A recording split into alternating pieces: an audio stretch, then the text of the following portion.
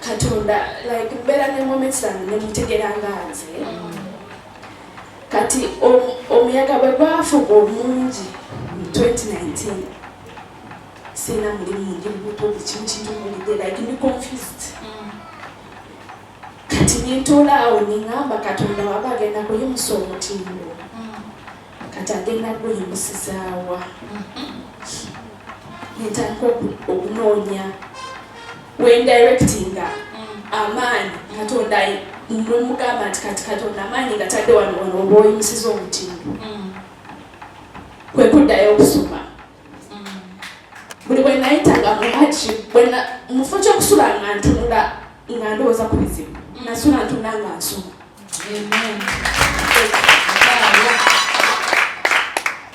ngezaako gamba nti sometimes olaba nga embeera ng'ekaluye ofuna faith yo yennyini enakyalenya katonda naye kyonoogamba katonda nti ondaba sikiriza stand kundaga nti oweddewo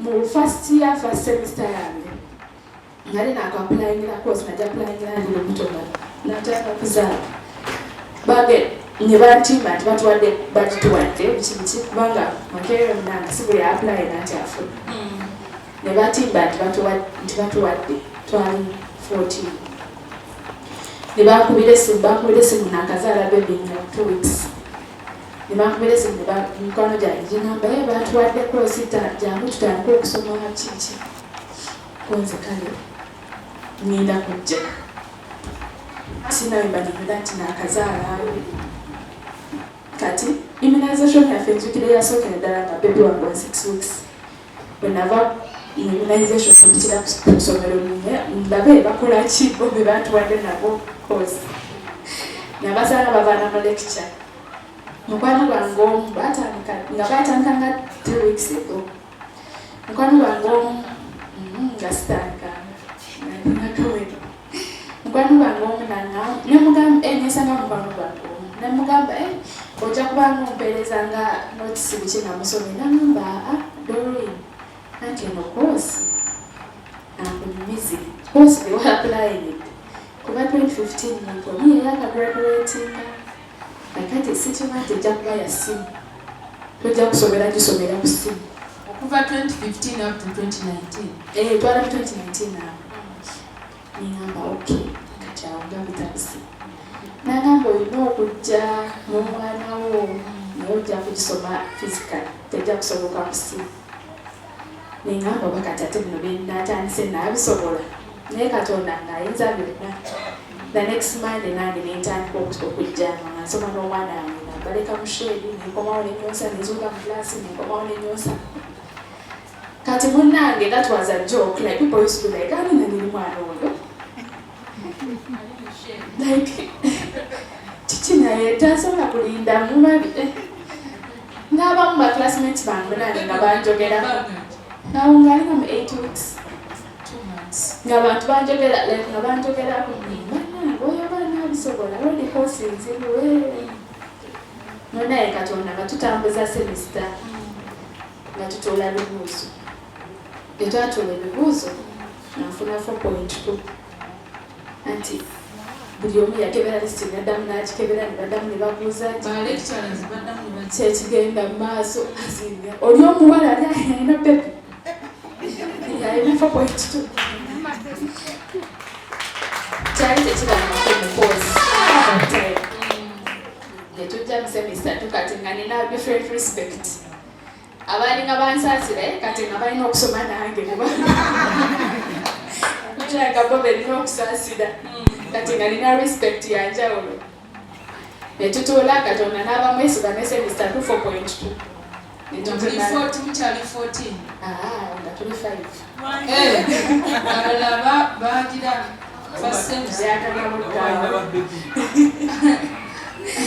nga tebalina kakati natuka ekiseera ngaze muwala nzeka mu class nga buli omu antwalanga bebi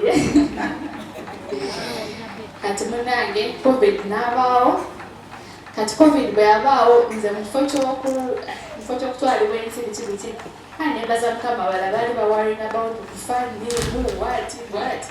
They can do research, producing papers, publishing the journals. Okay. Like, basically, nakimalize wendi ate kati n'ebizibu ebirala wendi yali ebizibu byonna bindeseewo covid yanatwala wendi tweyogere n'okusoma. Nebaza mukama nti na challenges nyingi embeera already yali tough eyo ng'ogivuddeko nalinga siina tuition nga buli kaseera lekintuuka era nebaza mukama olw'emikwano kubanga nina mukwano wange omulala bamuyita Tesi mutera omulaba tulibana mikwano nnyo like ali so stubborn naye like omukwano akubeererawo okusinga obuganda. Amina. Anti yangambako olugero ojja kusuula bizinesi yange oyagala school fees amawuliriza abeera asosola naye nga tagaanangako tagamba nkonedde era n'olwo lwe nali sitaaka okuwaayo obutawo bwange for grading zaali sente nyingi nnyo omuntu okuzijja mu bizinesi miliyoni 6 okuzikola nga mpulira ntyana okukimeshoningako nyaja best friend wange n'akola ki nazijjayo nazimanya ennyo nange bwentyo nekola Judith one. Tupade friends since 2005. S1 since S1. Udoni mwani mduwe kuti.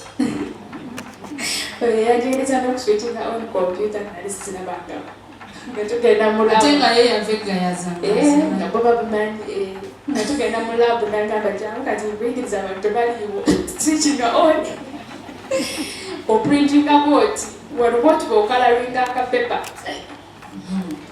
So mukwano gwange nnyo we have come from far. Kama mumpere omukisa. Era n'akaminga through zeno n'obutamugamba era munange tonyombanga mutuze nga simanyi zirina. Nali mugambako bugambi saazi musaba namugamba bugambi munange.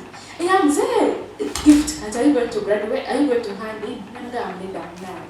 There's a 6 million gap between me and handing in. Nagamba mbeleza account number yagala ati kuyamusize. Okay. Naziteekako. Sina income simanye bana kusasula dio gadi naga ujja kunsasula. Kutobokola graduating. Naye Katonda n'akola ebikulu ne submittinga masters telling degree nti wano obeera osoma degree buli omu buli kimu kiggwera makerere bakumakingiraawo.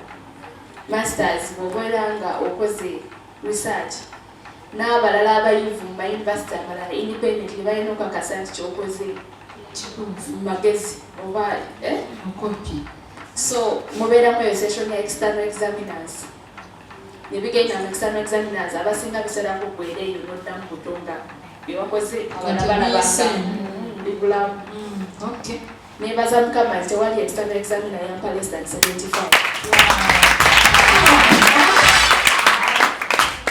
Ate nga n'ebimu comments n'ezimu ezantambezanga like 100 bintu nga simanya si results zange siziwaanye kimala. Like you have not presented your results as good as they are. Bintu bwebityo. Already they are good. Ati they are good. Etebunya lwaki ozogeramu kati ngekite jungira mu kiwane kusinakaawo. Yes, then twalina defense, our defense nali lubuto lwa mutabani wange.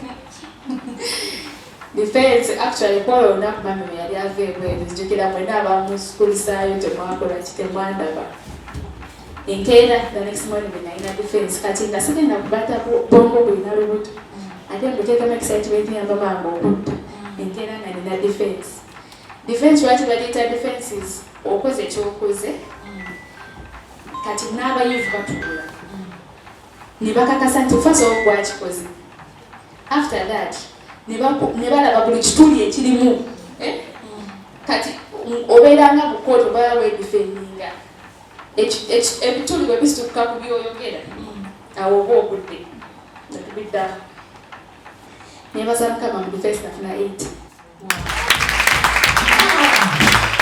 kugamba nembeerawo excited nti kyamagero okukyamagero essaawa yonna wambala down era nebaza mukama nafunye distinction level era abantu obedda babuuza kuwali osoma koosi weka kubanga mu 14 bafudde weka Amina.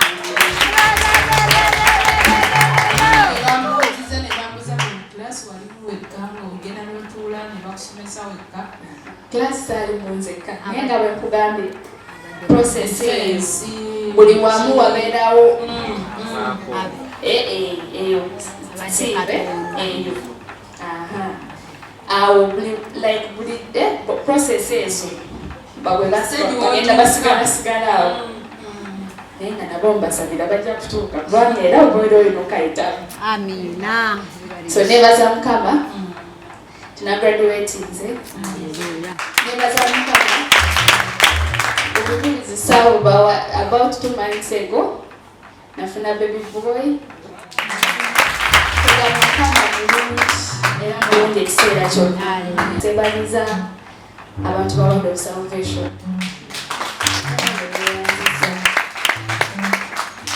Ndowooza ekyandema okusoma history kulemwa kwogera ina sentence manner ng'oyogera ebigambo bingi ina sentence nga birina okukola sense ekyo composing ebigambo bingi nga birina okukola sense kati mbeeraawo nenoonya ebigambo byensobola okompozinga nga bikola sense gye muli naye nga sikisobola anti nemusobola byandemu nga sikisobola naye mbasimba n'omutima gwange gwonna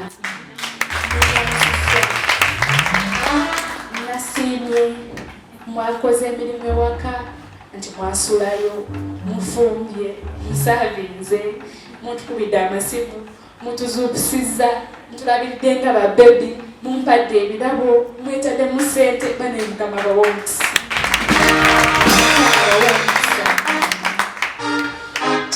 kyenayiga mu bulamu buno ola nebirala byetugamba ebyo okusigala n'okukungula bitambulira wamu siri muntu ayagala okwerifaringako nga oba omuntu akoze ebirungi nti nina bulungi naye kyemmanyi nti mu bulamu bwange buli stage oba ndi mwavu oba ndi mugaga nkola kyensobola okumakinga sure nti Katonda nina kyemmujjukiza kubanga ndi budde nga bazadde bantu balina sente nga pocket money akatini ke bampa nga nina okukola ekinamujjukiza nti Katonda anti ezange wazitwala like buli kaseera so kyemukakasa nti ensigo yonna gye musiga katikati Katonda bwampa temusobola gimujjukiza zejja gimujjukiza ajja kumusasula ekintu kisinga. Amannya gange nze Nsuuga Mustafa nkola ne Alihira Holdings. Kakati nannyini nnyumba eno yeesiimye nnyo lwa nsonga nti eno biodigester era emigaso gyayo egigirimu gyagenda okufuna. Ekisooka tagenda keera lunaku agambe nti bannange septic yajjudde nti nno ajja aleeta ekimotoka ate kimuggyako ssente ng'olwedde yagizimba. So biodigester tegenda keera ku makya nti ejjudde. So nalwekyo ogwo mugaso gwe gusinga kubanga eri gundi yaffe twagikolanga naye ate era still ng'ejja n'ekulya lwa nsonga nti ebeera etuuka n'ejjula so etuuka ng'esigala ekulya wadde ng'ate wagiteekamu ssenteyo nnyingi. Ekyokulala nti beauty ye egenda vaayo eya compound nti nno pavers zigenda kuva eri engulu yonna gye mulengera paka eno amazzi era gagenda draininga gano ag'enkuba nga gagenda mu kaala akali ebbala awo nti nno beauty y'olujja egenda vaayo bulungi nnyo. Newe manjagala simbawo muddo kisoboka.